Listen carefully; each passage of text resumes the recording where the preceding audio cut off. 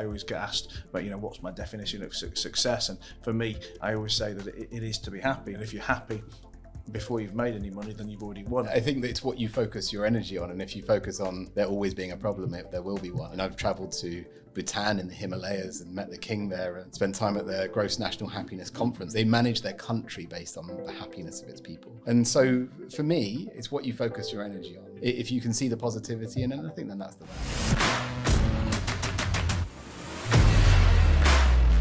Guys, Matt Haycox here, and welcome to another episode of the Matt Haycox Show, where I'm excited to have a friend with me today. I always like recording with friends. Feel like it takes the pressure off, and we've got plenty to talk about. But not just any friend. I've got an explorer, an entrepreneur, and a space-loving astronaut, climbed mountains, worked with yachts, driven gumball rallies, done all kinds of exciting things. So we're going to be talking about business, we're going to be talking about experiences, we're going to be talking about networking with billionaires, and plenty more is going to come out in this, I'm sure. So welcome, Jonny. Thanks, mate. Nice to be here. It's quite an exciting intro, isn't it? I don't know which way to start it to begin, but let's go back to the beginning of, not the beginning of your story, but tell us how your journey into business started and what you were doing before the really exciting stuff started. I mean, it started excitingly. Yeah. I mean, I was working with my dad who used to fit out super yachts. So kind of my first... I've already learned something I didn't know this. Yeah, so like as a teenager, I was running around the Monaco Yacht Show and looking at all the big boats, dreaming about them. Oh, really? And yeah, then my first proper job was organising the Gumball Rally. So it was something I saw on telly and I just focused on it. There was one job there and I just found it. That was the gumball, because you've got your own dodgeball, Yes, haven't you? But yeah. you actually worked on the gumball as well. Yeah, so that's really, that's what kind of kickstarted me after I went to uni, and then when I took my master's degree, because I didn't really know what I wanted to do.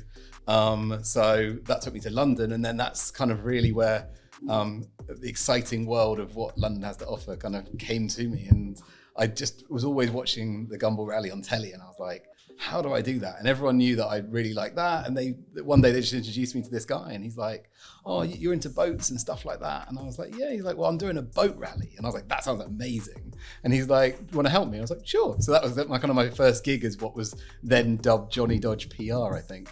I remember a friend of mine asked me to do the gumball rally with him back in what must have been 2003, 2004, maybe even earlier, 2002.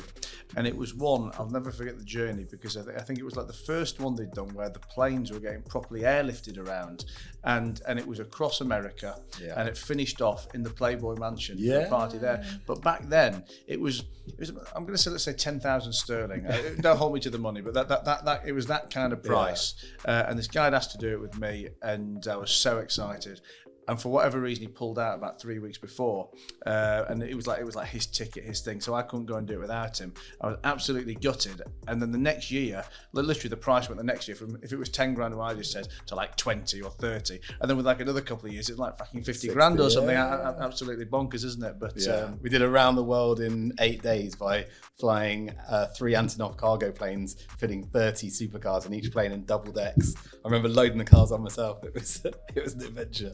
Tell me, just a bit of a sidetrack, it just made me think, because you mentioned about going to uni, and I did a little piece on TalkTV at the weekend where they wanted to talk about other options other than uni, and is uni the right thing, is it the wrong thing? I mean, we're a similar age demographic, but I mean, what's your views on uni, both now and back then? Obviously, you're an employee yourself. I mean, how important is that university journey from an education perspective to you? I mean, I think that for me, it was getting me to where, so it was my father's words ringing in my head, which is like, you need to live in a major city in your life. And I was living down in Somerset, and I think he went and did his apprenticeship in New York, and that opportunity that gave for me to go to London and explore that. And I had no other way of getting to London other than taking my master's degree there, because I just didn't know. So at that age, I didn't know what I wanted to do. So what did you study? So I did my undergraduate in product design, got a first class honours there, and then took a year out to help out my dad's firm, and then took a 2-year master's degree at St Martin's College in industrial design.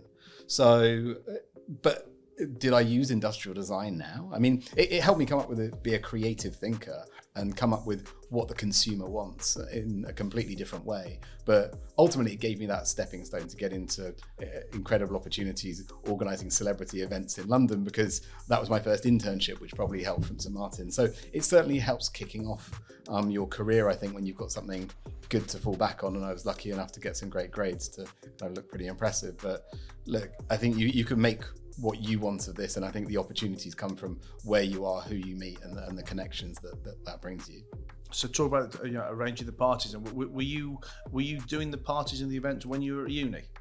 So I at uni in my first summer, I worked for a company called SCB Partners, and we back then we were sponsoring events with Dunhill cigarettes.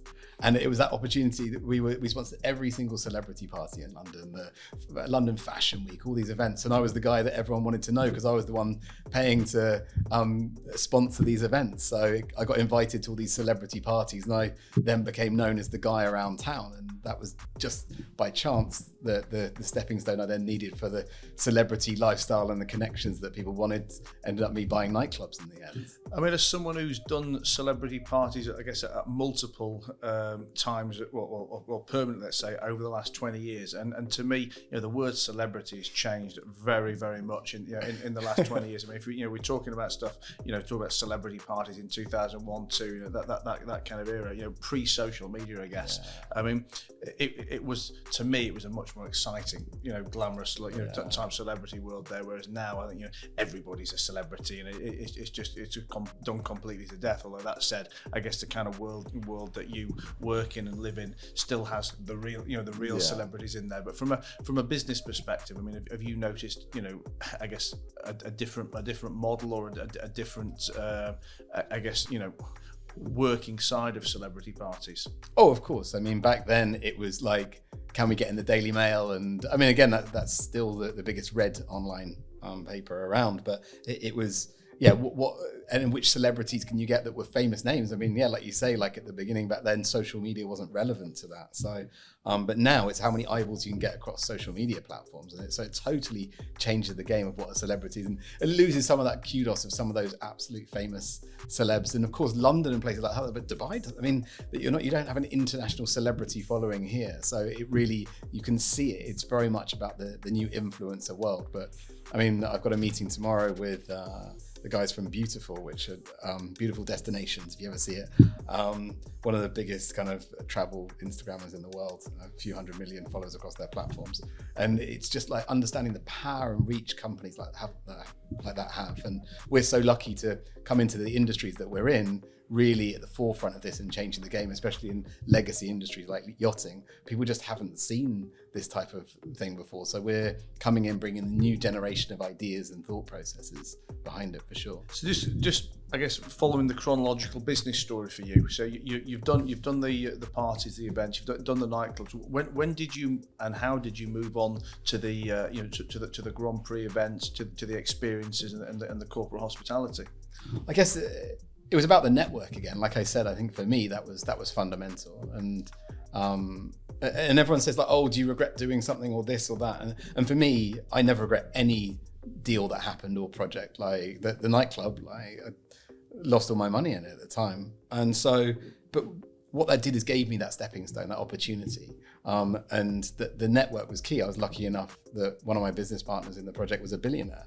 And he owned an airline, a football team, and then bought a Formula One team. So a guy called Tony Fernandez. And so Tony came to me one day and was like, I'm going to buy a Formula One team. I was like, yeah, right. Well, tell me when that happens. Called me up a couple of weeks later, invited me to Monaco Grand Prix on his yacht back then. We're with Stelios at the time, and they said, I think I'm going to close on that F1 team. Next week he called me and went, I bought the team. So he's like, do you want to come and work for me? And I was like, absolutely not. But like, if you can introduce me to Bernie Ecclestone, that'll be amazing. So we had, so he said, yeah, look, of course, what do you want to do? And I'll tell him. And at the time there was this event called the Grand Prix Ball that had kind of happened unofficially a couple of times, and there was various things going on with it, and so it didn't happen again. And I was like, I'd love to organise the Grand Prix Ball. And he's like, okay, well, I'll tell Bernie. And so then knowing that he'd passed the word, and I called up Formula One management, just kind of picked up the phone and was like, "Hi, can I speak to Bernie Ecclestone?" And they were like, "Oh, well, I'll leave a message for him." And then called again. He knows you. You need to speak to him. Got a call the week later. I've got Mr. Ecclestone on the phone for you. And spoke to Bernie. He said, "Look, Jonny, I've heard some good things about you. I want you to tell me what you want to do." And I was like, "Look, I really want to do the Grand Prix ball. I think it's an exciting event." He's like, "Look, I'll give you my blessing for it." And in fact, whilst we're here, I'm working on a project called F1 Rocks, which is running all the concerts and parties around the world for Formula One under our brand. And I was like, "Sounds amazing." He's like, "Look, go and speak with this guy, Rob, who was Tamara, his daughter's ex at the time, I think. He's going to do the concerts, you do the parties, go and have a chat about it." And so from day one in Formula One, I was doing the Grand Prix ball and had the rights to run the F1 parties around the world under their license, just by chasing and picking up the phone. Were you doing the Grand Prix ball before you were doing the boat parties and the corporate hospitality over there? Were you? Yeah, I mean, that literally, I stepped out of the nightclubs and straight into Formula One. So my first year in F1, I was doing the events and the parties around the races. Yeah, I think it's important and very true what you say about not having the regrets, and the fact that even with the nightclub, which you lost your money, and you had a business partner who was a billionaire, and where it leads from there. Because I always tell very much the same story, and it normally comes down to let's say historical spending, because like friends of mine will sometimes say, "Oh, do you remember all that money you spent on that thing or that thing? Don't you ever just look back and think, oh, I wish I didn't spend that, and you had that money now?" And I would say absolutely not. Because this is a boring hypothetical conversation, because it's just fucking ridiculous, because I've done it, so why do we even talk about it before? But secondly, if I didn't spend it on that, I would have spent it on something else. Yeah. I mean there's no way, like you say, "Oh, don't you regret that £1,000,000 you spent on art? Wouldn't you love it back now?" Yeah. Well, I wouldn't have it now, because I completely wasted it on something else anyway. But the way I see it is that, and I don't see it in a kind of a law of attraction, kind of manifestation way, because I'm not arty-farty about it. It's just practical about the fact that everything that's happened before has led to where I am today. And I look at the art, and okay, I lost a load of money on the art, but buying that art introduced me to the art dealer. Exactly. The art dealer introduced me to a guy in Leeds who I didn't know at the time, who then became an investor in a project for me. And when I'd fallen on hard times, put me back in the game, introduced me to someone else who invested in something else. And without that journey, there wouldn't be the start of the finance business. Without the start of the finance business, there wouldn't be here today. Yeah. And I think it's such negative energy to kind of to dwell on regret. And that's not to say you should keep repeating old mistakes, which obviously absolutely you shouldn't. But yeah, I mean, I think it comes from, do you regret where you are right now? And as long as we're full of positive energy and happiness about what we've achieved, and as long as that's the goal, is trying to make sure that you're happy in yourself. And if you're happy in yourself, there's absolutely no way you'd have a regret for that very reason, because change a little thing, you wouldn't be where you are today. I mean, tell me, networking has been a big thing of yours, and it's a massive thing for me, and something I regularly talk about. I mean, you have got a fantastic black book. I mean, you deal with billionaires, multimillionaires, whether it's people to sell something to, or people to do a deal with. I mean, what are your tips, or what's your thought process on networking with those kind of people, as opposed to less wealthy people, or people from different demographics? I mean, do you see it as a materially different concept? Yeah, I mean, it's so ingrained in what I do, and I'm so passionate about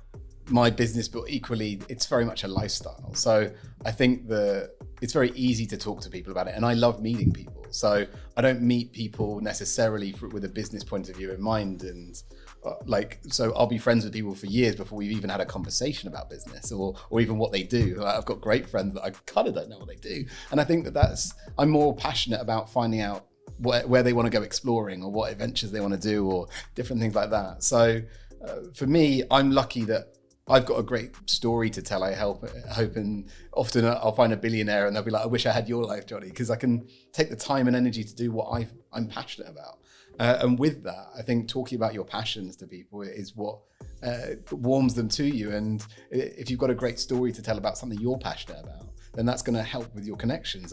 I'm not there to tick off a list of how many billionaires I can meet in a night. I'm there to meet an interesting person who's wealthy in knowledge and ideas, not just in money because it's far more interesting. So that trying to create those connections genuinely has just been my passion. And one of the things I had on my notes with you earlier was about happiness and wealth, or rather, money not equaling happiness, and the fact that you can vouch for this because you know so many wealthy people. I mean, and I couldn't agree with it more. And I always get asked about what's my definition of success, and for me, I always say that it is to be happy, because I think, and if you're happy before you've made any money, then you've already won. I mean, obviously, I do believe that the financial journey along the way makes aspects of happiness easier, and I think if you love what you do and you've got the passion for it, then the two things often go hand in hand. I'm sure you'd rather be crying on your yacht than... Well, I'd rather be crying on my yacht than not crying on my yacht, but I also do believe that if I lost a yacht tomorrow, I'd still be smiling as if I had it today. But I regularly say that 90% of the people, if not more than 90% of the people who I know who have got materially more money than me, I wouldn't swap my life for theirs.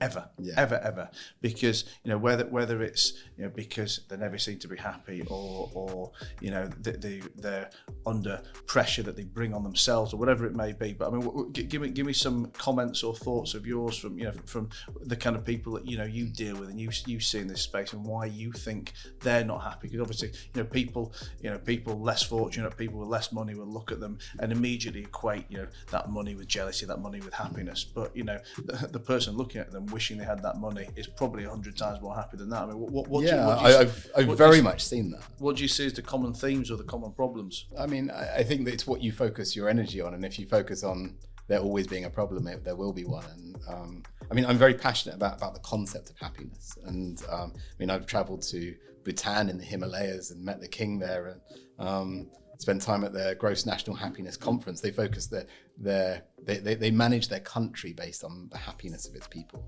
So rather than measuring their GDP, they measure their GNH, their Gross National Happiness. So it's fascinating to understand places and people. And I think that yes, it can come from a standpoint of when you have the money, you realize you don't need it. But I mean, and I've gone on great adventures to try and discover more about this. I've gone and shipwrecked myself on a desert island for 10 days with no food, water, or shelter to try and survive, just because money isn't relevant there. The group of 6 of us, and like whether you're the CEO or the billionaire, like nothing mattered there, and unless you were the guy that made fire or the guy that could catch food.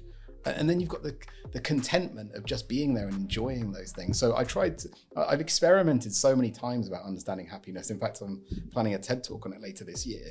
But it's such a passionate area for me. And I think and what I see is how experience is the new currency of happiness. So it's about the experience and understanding like how powerful that is for you. And so for me, it's what you focus your energy on. If you can see the positivity in anything, then that's the value. I mean, what I was thinking of as well when we talk about that, which is something that's been very much on my radar over the last few weeks, is obviously, as you know, I've got a baby due in about 6 weeks' time. And the immediate thing people are always going to me is, oh, make the most of these next 6 weeks. Your life's going to change. Yeah. And I'm like, well, first of all, let's not forget I did this 16 years ago. It's not my first rodeo. But I also think, like, what do you actually think is going to happen to me in 6 weeks? Like, I'm not going to get my fucking arms and legs amputated, right? Yeah. A baby's arriving. Yeah. And, when you look at, all the parents who are so stressed in this, environment with this new baby, it's not because the baby's a problem. It's because the parents are completely dramatizing a situation that doesn't need dramatizing. I was so, it's funny you picked up on it's not your arms and legs that are being taken off. There's a very interesting study on happiness related specifically to that. And they interviewed 2 sets of people. They interviewed some paraplegics who'd lost their limbs. And they interviewed some people who'd won the lottery. And they asked them how they feel, their emotions, and went through a clinical study on it. They then spoke to them a year later and interviewed those people. And both sets of people had the same level of happiness because they were then content with their situation, and everything then becomes relative. As soon as your situation is relative, that's why you need to crave new experiences every day. That's why I'm passionate about new experiences, because the time I always tell people, like, walk a different way to work, experience something, you trigger yourself to create new experiences in your life, because that's what's going to inspire you. There's that, like, once something becomes flat and you're not striving anymore, then you lose that vision for something. So it's certainly not about your circumstances. Once your basic needs are covered, then it really is down to you. Well, let's talk about experiences, but in a different way, in a business sense, because obviously your business, a big part of it is about providing experiences, creating experiences and providing them. And I'll butcher the expression or the kind of logic around it, but I mean, obviously there's a big selling concept around the fact that people don't buy products, they buy experiences. Particularly at the upper end of the market, where people have got enough money to buy whatever they want to buy anyway. The only thing you can offer differently is experience. And I don't sell experiences particularly, but I guess what I would do from an experience perspective is use it when it comes to my networking. That if I'm trying to network with people who have either lots of money or more money than me, there are always people who can do their own thing. So I can't offer to buy them lunch, even if it's in an exciting lunch. I've got to provide something experiential that either they can't get themselves, or they're going to appreciate taking time out of. I mean, that is the whole ethos of your business. So talk to me about experiences. I think that people are really like the opportunity that those experiences create to change the way you connect with other people. Like you talk about in hospitality, our business GPM, we go and pitch people, and you can either take people to the rugby match, or with us you can take them driving up volcanoes in Iceland and over glaciers, and the price point might be the same for the high-end hospitality versus a trip like that. And the reality is that you build those bonds, you build those connections with people that are there for life. Like, you're creating memories for life, and the more you can do of that, the greater relationships you're going to build, whether that be with your own team or externally. So the value of that is what drives me every day and gets me up every morning, is the exciting experience you can have with people. I think just slightly add in on this as well, because I think as well people listening or watching often think with the experiences, when it comes to trying to network with other people, it's easy for Jonny to say, easy to Matt to say, driving up a volcano and doing this. Well, I don't have the money to be able to, take a client and drive him up a volcano. But I had a meeting with somebody yesterday or the day before, which was only the second time I've met him. And the first time we met was about 3 or 4 weeks ago. And he dropped me an email saying, I've been told we should get together. Do you want to have a meeting? I replied to him saying, diary's very full this week. I said, if you want to have a Zoom call, I'll jump on a Zoom, or I don't know what your location's like, but tomorrow morning I'll be down in the DAFC. If you want to do a Barry's boot camp and a cryo room with me, I'll do those, and we can have a quick coffee afterwards. Which is what we did. Obviously, had a good chat, and then we met again yesterday to do the same thing and carry on the conversation. And he actually went on to say to me, that he'd been listening to some podcasts, listening to what I've been saying about experiences and networking, and he said, it's so true what you say. He says, I've known you in like a combined amount of time for probably less than an hour and a half. He goes, but during that time, I've been battered twice in Barry's boot camp, and I've been stood naked in an ice chamber in an ice chamber with you. He goes, I feel like I've known you for 25 years, compared to the relationship I've got with people who I really have known for 25 years, but just done lunches with, or just worked in the office with and stuff. I just think it's so important for people, listening to this, who are bought into the concept of, providing, of offering experiences and using experiences as a bonding thing, that experiences and huge price tags, do not need to go hand in hand at all. Yeah. And, whether that's, jumping in a boxer and going in a cryo chamber, I don't know, hanging upside down from a tree in a wood or whatever the new fashionable thing is, it can be done on any budget, but it's just so important. And I think that's what you're saying is like, what's that key to networking and building relationships and building friendships and whatever that might be, is doing these new things. The most interesting people are the people who invite you for something fun like that. So keep doing adventures and keep inspiring people. So let's talk about problems and changes in business, because I don't know the ins and outs, but obviously I know COVID wasn't a fun time for you. You're in a business that's is providing physical events for people, and no one was providing many physical events then. So I guess all at the same time, you you left the UK. Yeah. I think you were getting divorced as well. Yeah. Your business is on shutdown and lockdown. And I guess for you there was the whole concept of where do I go from here? How do I fix the business? How do I fix the problems? What does the future lead for me? I mean, talk to me about where your head was at then. How did you make some of the decisions that you made? I mean, wow, that was a journey, right? And I think it was for everyone. What I call it an exciting time. Like, I loved it, to be honest. Like, I'm the worst for FOMO, and I certainly couldn't have any of that whilst everyone else was locked in their rooms. So it really was just such a time of reflection and searching for something else. And yeah, but I mean, at a point I was very, very close to things not working out at all everywhere. So that was it was tight for sure. And yeah, being in events in Formula One, like nothing was going on. So it was a huge challenge to work out what to do. And inspired by the south of France and my love of that yachting world, I managed to launch a yacht business from nothing. And I think that was... I mean, was that an idea? Had there been no thought process in that prior that, one day you would be in the yachting business? Did that really just come about from, hanging around in the south of France during that time? I mean, I'd always loved boats, and we chartered them for our own events and done some charters myself, but it was...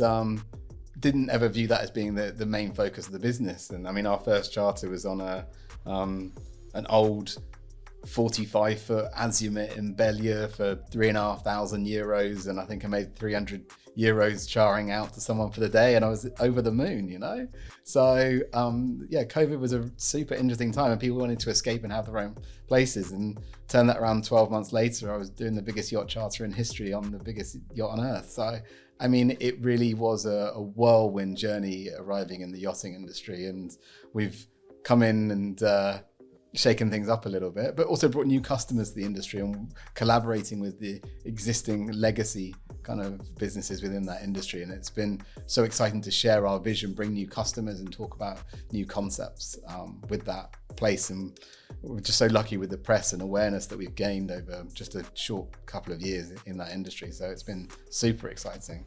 I mean, I know in terms of the way you operate, and I know you're very big on WhatsApp for the bookings and the yachting business and planes. I know you guys take crypto as well as a form of payment. I mean, what other differences do you see with yourselves compared to the more, let's say, established or stereotypical legacy operators in that space? And do you see?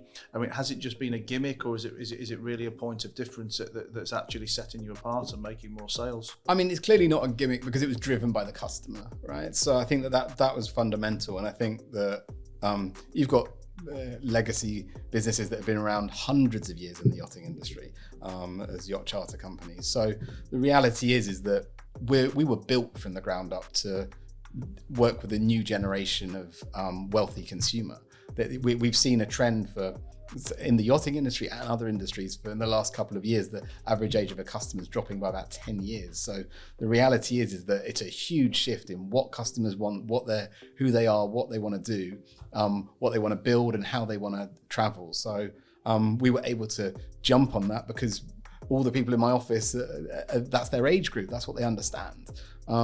So it was an incredible opportunity to do that. But now we're embracing so much more technology, from AI and looking through other blockchain opportunities as well. And we're not here to create fads and kind of gimmicks like NFTs, and also remembering what actually that platform is, effectively an NFT, and understanding the value of that, whether you're joining a club of people that are doing specific things or owning part of an asset. So it's understanding where the value is coming from. But we've seen that the majority of our business is still in crypto, and we see that as a great new payment platform going forward. And so the opportunity is super exciting. And you sell boats, as well as rent them, and you've moved on to the planes as well now. So doing plane charter and plane brokerage. Yeah, so we started with Your Sky, which is nearly 3 years old now. My Ocean, and then went on to Your Sky. So And that business has been incredible too. My partner used to work for Airbus, so she had a lot of relationships there. We came in right at the top of the market, chartering Airbus private jets, which is certainly a pretty cool I remember area. when you took me on it during the Dubai Air Show. It's a pretty cool piece of kit. It sure is. I mean, that one I showed you around is about $150 million. I was more interested in the 15 grand an hour to rent it. Yeah. It sounds much more manageable at that level. So, I mean, look, and again, that's the change in the way people use planes. If you sat on a small plane versus a big party plane where you're inviting friends, family, and having a DJ on board, you can do what you want. So, yeah, the market's changing at the top end massively. And we're lucky to jump on board with that and be doing charters every day for pretty unique characters and having a fun time doing it. So, yeah, I'm loving it. Tell me about negotiating deals on, at the upper end of the market, then, because as you know, I'm always very proud of my my boat story and apartment story here of how I managed to to nick them cheap, and long story short, for anyone watching or listening, I always say that I'm not a good negotiator. I don't think I'm particularly intelligent or clever when it comes to it, but I think that in most things in life, the skill is in the effort that you put in at the beginning. And if you've got a big enough pipeline, then you've got enough options. And I always say, I don't know how to make someone sell something for a price that they don't want to sell it for. But what I am always prepared to do is to put enough effort in to find 50 people who all want to sell something, and I'll find which one of those 50 is more desperate than the other 49. And that's how I bought my boat. That's how I bought my apartment. Finding lots of options and just bidding everyone 50p in the pound, 50% of what they're asking. And 9 out of 10 will tell me to piss off. Hopefully one person's prepared to get involved. And obviously that's what I did with my boat when it's a production line vessel where there's multiple of them for sale at the same time. How would you use my strategy and your top end of the market? I mean, I was actually thinking this question while we've just been talking now, and the only answer I've kind of got for myself, because obviously if you're talking 10 million, 20 million plus pound boats, they're all going to be very different at that. But I guess the only way I could apply my logic would be just to pick 20 different 20 million pound boats, wouldn't you? And you just have to see who was more desperate. But I mean, what is the what is it like negotiating deals at that end of the market? I mean, is it very different doing a deal on a 20 million pound boat to a 500 grand boat, a £1 million boat? What the characters involved like? Yeah, I mean, usually it's easier to do the bigger deals. So if someone was to buy a boat for 100 million, they've got 100 million. So we were having this conversation the other day, weren't we, talking about how many bullshitters in life are in general, particularly with boating or planes, that there must be so many people tire kicking and pretending to buy something. I mean, whether it's the start of an elaborate fraud or whether someone's just got a weekend to waste and they want to go and pretend to buy a boat, I've no idea. But I mean, you must come across some proper characters. We certainly do, and there's been some interesting ones along the way. But I mean, we're that mediator in the middle ultimately, so we've got to understand the buyer and the seller. And I mean, we made mistakes along the way when a buyer and a seller have met. That's never, you've got two giant egos, and at that point it becomes personal. So it's important to try and phrase what the seller and what the buyer wants. So when they come back to you going, absolutely not, I'm going to do that, you present it in a slightly more kinder way back to the buyer. So it's about being that middleman and really understanding what's in it for them, what they want out of the deal. And someone looking for that ultimate deal, usually at the top end of the market, they're not there for that. They're there to find what they love, what their passion is, and if there's something they found that they love, then they know what value it is to them. They're not necessarily there to take the last £1 million off the deal. And do you tend to find that more? Because I mean, I guess it's like any level of the market. You've got different kinds of people. I mean, we know some people at the very top end of the market who are billionaires who no matter how much they love something, if it was £1 over market value, they would make sure they never bought it. Just like we know plenty of people who, even if they can't afford it, if it made them happy, they would happily buy it. But I mean, do you meet a completely varied bunch of people insofar as you'll get some people who just want a deal, you'll get some people who don't care about the price as long as it provides them what they want? It's completely across the board. It really doesn't change at that top end of the market. I mean, we're buying a $85 million boat for a client at the moment, and he's picking between two boats, and he's just like, well, no, I like that one, let's get it. And you forget that also, and I try and describe it to my team, it's like, you can encourage someone to buy who didn't plan to buy a boat, even if it is $85 million. Like it is an impulse purchase. It's still like, you can compare it back to maybe someone's like been down the Jeep dealership or the Ford dealership, and they keep on looking in the window, they quite like it, and then they go into the dealership not knowing they can't really afford to buy the car, and then they come back. And I was like that when I wanted to buy my first McLaren. It was like, went in the dealership knowing I couldn't afford it, but gradually you kind of got there to a stage where, and then I got it. And it's so the customers are always potential until you can really get them over the line, but that's at any price point. So I think people just assume that if you've got 100 million to spend, you know exactly what you want and you're definitely spending it. And it's not like that. It can be on a whim. You just need a hot assistant, a hot broker to coax it out. And then there's like, when you walk in the car dealerships here in Dubai, you walk in, there's like supermodels sat behind all the desks. You're thinking there's no way that any guy could You're going different car dealerships than me. ever pretend that they couldn't afford that car. they wouldn't dare ask for a discount and look cheap.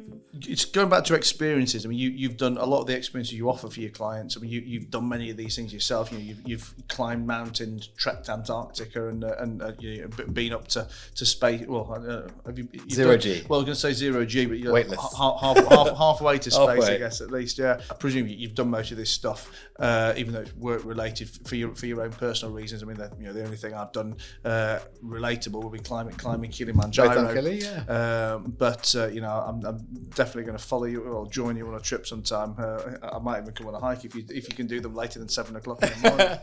But I mean, what kind of life lessons, business analogies have you kind of learned or experienced from some of these climbs and things you've done? I mean, it's for me there's a key fundamental example, and it shows you.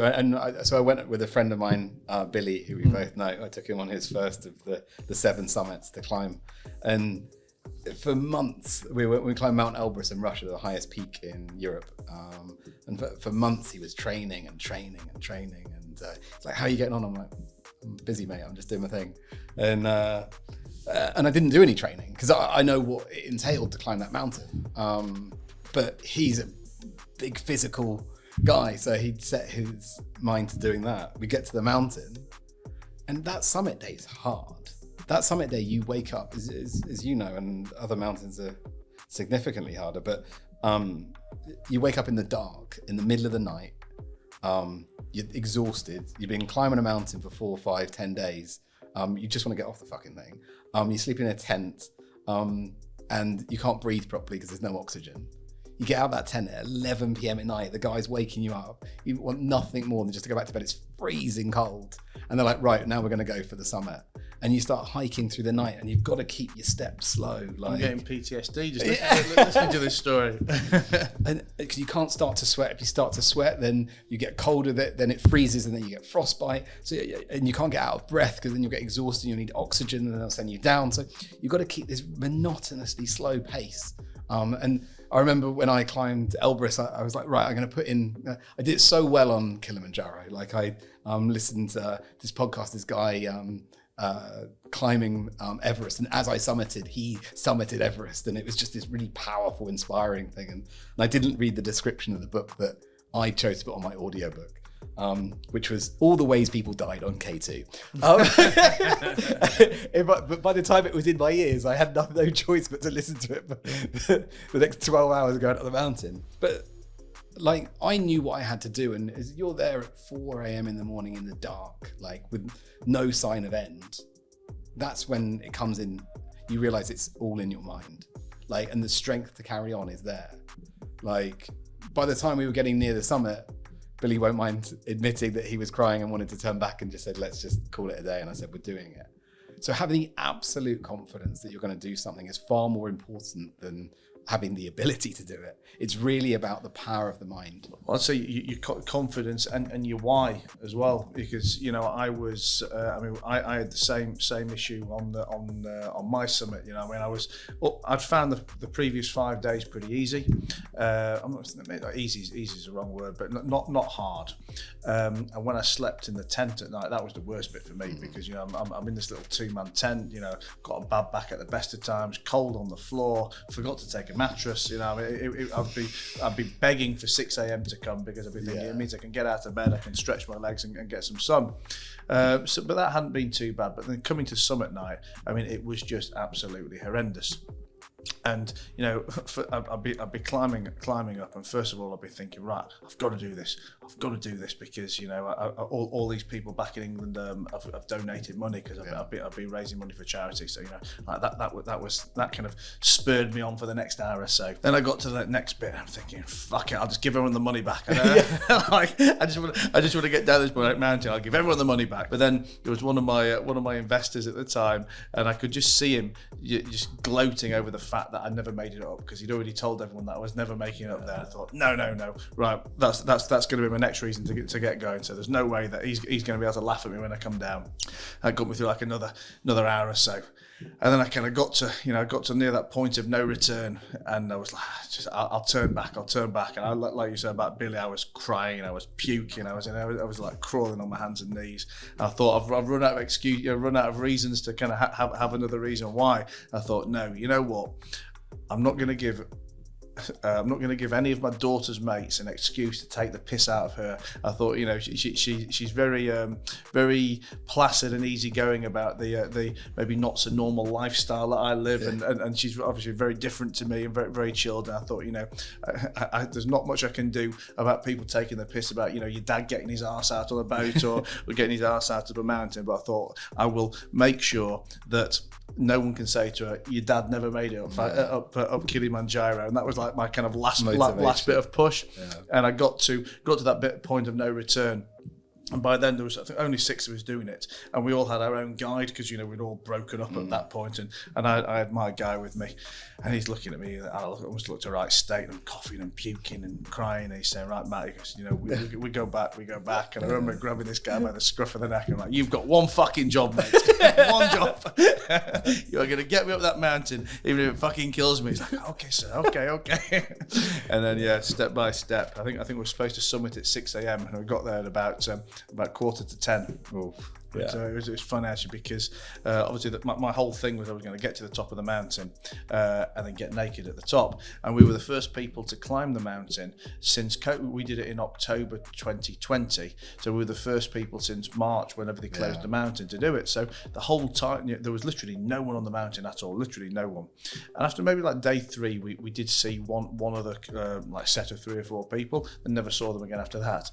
And then somehow they just happened to be summiting at the same time as me, and I'm stood there waiting for a photo with them. I'm stood naked, wrapped in like a windbreaker, looking at these people saying, please just get off the fucking mountain. I remember we'd planned out like a military operation, how I was gonna get naked, take the photo, and get dressed again. So we got our like 6 or 7 guides and Sherpas and assistants, and I'd taken my stuff off, and one by one they were all holding. Like, he was responsible for my socks, he's responsible for my trousers, he's got my shirt. And I was like, right guys, I've got my windbreaker. Well, my windbreaker was like a Matt Haycox flag.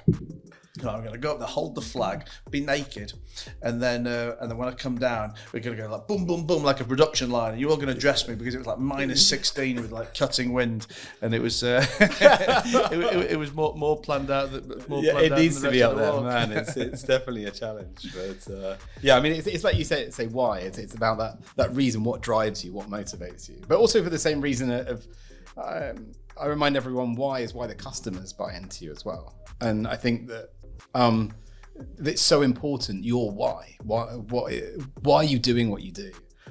And we say that we're lucky enough to deal with the most influential and powerful people in the world, and we want to inspire them, and we do that through the tool that we know, which is experiences. So the ability for us to be able to inspire these people is what drives us. So we're the ones searching to give back something greater than these incredible people already have access to and knowledge. So understanding your why every day, and we're lucky to work in an industry that's so exciting and interesting, because then we can tell everyone about our why. And I think that you've got to always remember that people buy into the why you do something rather than the product itself. And I think, for me as well, your industry and, you doing your industry is a perfect example of, finding something that you love, that, that I guess encompasses your hobbies and your passions and everything else, because, then you will be so fully committed to it to make sure that there is no way you can't be successful about it. And I think, for me, you are, the kind of embodiment of a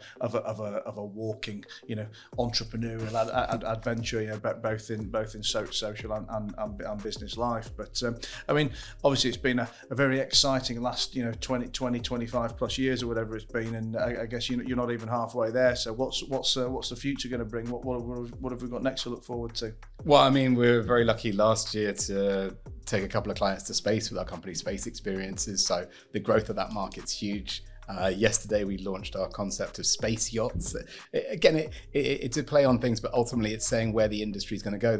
In 10 years' time, people are already spending $500 million on their yachts and $1 billion on their space stations. Whether you look at Jeff Bezos and others that are already putting space hotels into orbit in the next couple of years, the reality is that people are going to venture further with their homes that they're building and the money they have to spend on those. So the collaboration and vision between a mobile holiday home being a yacht to being a spaceship is crazily not that far away. And in the next 10 years, people may be holidaying in space in a newer version of their own yacht, effectively. So there's so many exciting ideas and visions we have for the future with the metaverse and many other different ideas of how we're going to start exploring this world, as well as other projects IPOing our business, is kind of that growth of course, that experience industry and where people find far more value nowadays, like you're saying, in terms of living experiences and going through that rather than products. So there's a lot of exciting adventures on the horizon. Well, you've already got me inspired to think about commissioning the space squirter. Let's do it. I'll put you on the list.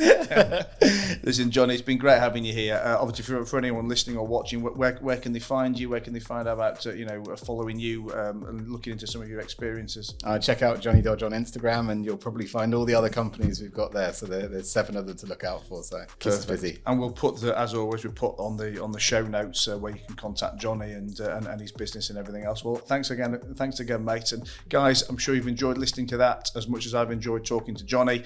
As always, I'm the Matt Haycox. That's TheMattHaycox on all things social. If you've been listening to the audio version, we've got video versions over on YouTube too. If you've been watching it on YouTube, you can listen on iTunes, on Spotify, or wherever you take your podcasts. So thanks again for watching or listening, and I'll see you in a future episode.